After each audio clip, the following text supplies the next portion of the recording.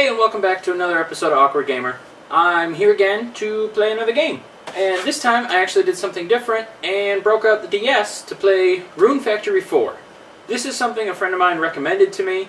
I had actually never heard of the franchise, but the way it was explained to me was it's Harvest Moon meets Zelda.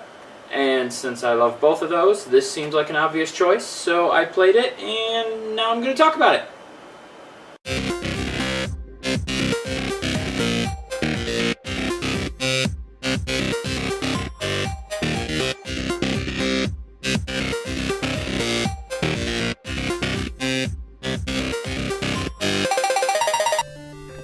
Oh look! A sword. Alright, so the game itself, the first thing you'll notice is it is kind of similar to Harvest Moon. Actually, the first thing you'll notice is that they are using amnesia as a plot device. Which, by the way, if that ever stops happening, horror movies and video games are both completely fucked. But I digress. You will notice right off the bat, there are a lot of Harvest Moon-like elements. You do start off on a farm, you have to cultivate the land, plant seeds, grow crops, etc. You'll sell them so that you can get money to buy other stuff, not just farming equipment, but also weapons, armor, items, stuff like that. However, this goes beyond Harvest Moon, because the first town you land in, you meet a large, friendly dragon, who's also a lady, who you occasionally flirt with and give gifts to, and it's odd, but a whole different thing. And the dragon decides that you're going to be the prince of the town and kind of rule it-ish and make decisions that seem very important for a stranger that has amnesia to be making. But what am I to question the authority of a large, weird dragon lady? As you go on, you'll see the game being more and more like Zelda or other just adventure games. It expands well beyond the farming. There's still other things very similar, like fishing or mining, gathering quests, whatever. But you also talk to the various townspeople to start different sub-quests or sub-stories. A lot of them actually have good voices or good voice work. Whether or not what they're saying makes any sense is a whole different story. See this video for reference. Also, if you do get bored, you can always play with your cheap hoe. Yep, that's right. You can hold your cheap hoe. Isn't that grand? But no, later on too, you'll start adventuring out, you'll be fighting monsters, eventually you can tame them, and they'll help you out on your farm. You can bring them along with you as like an adventuring buddy to help kill other, presumably stronger monsters. At one point you'll kill a monster that will turn into a girl that will then join the town that you're ruling.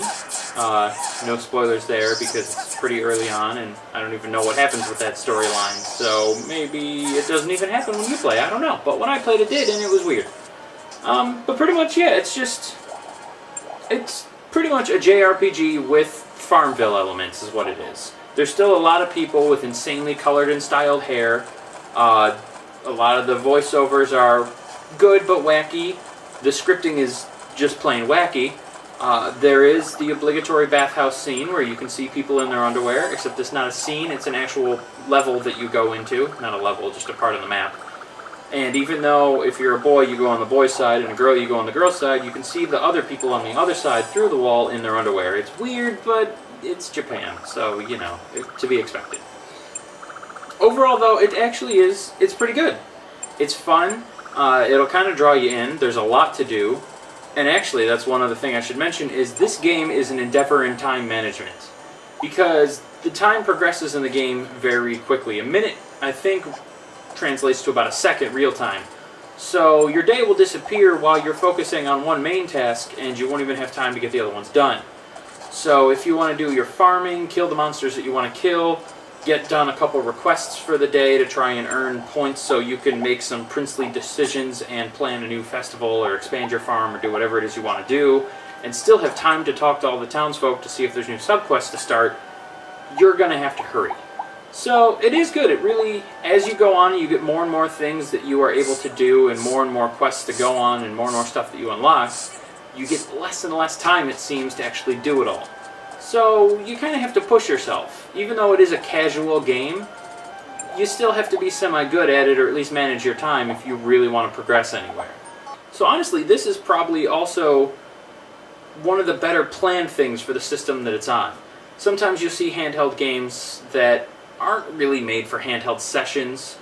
For example, I know they just remade Majora's Mask on the 3DS, and I kind of disagree with that decision. A, because Nintendo needs to stop redesigning old Zeldas and just release the new fucking one.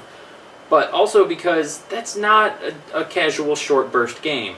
You want to sit down and have a couple hours to solve dungeons and do crazy things like that, and the DS is more for, you know, you're on a car ride, or you're on the bus to work, you're on your lunch break, you know, just any time in your day when you have a few minutes to kill and you don't really want to have to think about the world around you, but you don't have a whole lot of time to sink into something very thought-provoking.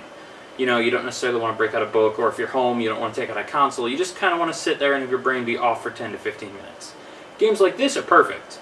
At any point, you can walk in and save and just be done with it. Whereas games like that, you're in the middle of stuff. You're doing things. That doesn't work as well. So this was very good for the console it's on. And it's just a good game in general, honestly. It's really fun. Like I said earlier, it's kind of challenging. You're going to have a good time with it. So if you like adventure-ish games, but slightly more casual, or if you've bought into all the Farmville-type apps, or played like the Harvest Moon or Animal Crossing or any of those kind of things, this is definitely a game for you. It's probably going to get more fandom from girls than boys, because girls tend to gravitate toward casual games more. I don't understand why. Personally, I love them, but that just seems to be how it works. So, for all the ladies that watch this, and by that I mean all 0 of you, here's a game you're going to want to try. And for all the guys out there that are wondering why the hell I'm playing a girl game like this when I just got the new Mortal Kombat and all sorts of other PlayStation shit, because it's fun. If you don't believe me, you could always try it.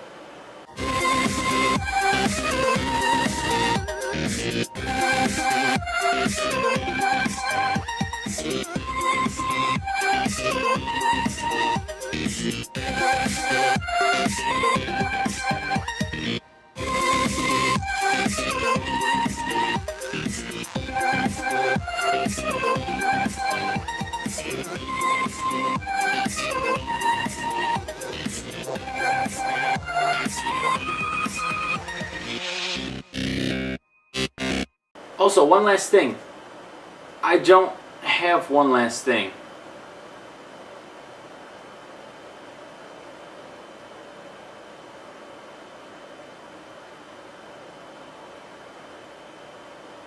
Okay, bye.